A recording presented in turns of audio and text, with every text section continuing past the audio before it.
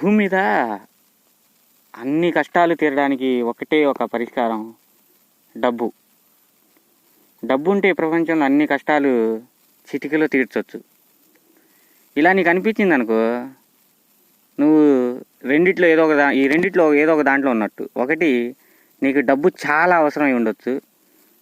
రెండోది, ఎవరో ఒకరు నిన్ను నీ స్థాయి గురించి కామెంట్ చేసి నిన్ను అవమానించి ఉండొచ్చు. ఈ రెండిట్లో ఏదో ఒకటి జరగకపోతే అసలు నువ్వు డబ్బుని పట్టించుకోవు. డబ్బు విలువ నీకు తెలియదు అప్పటిదాకా.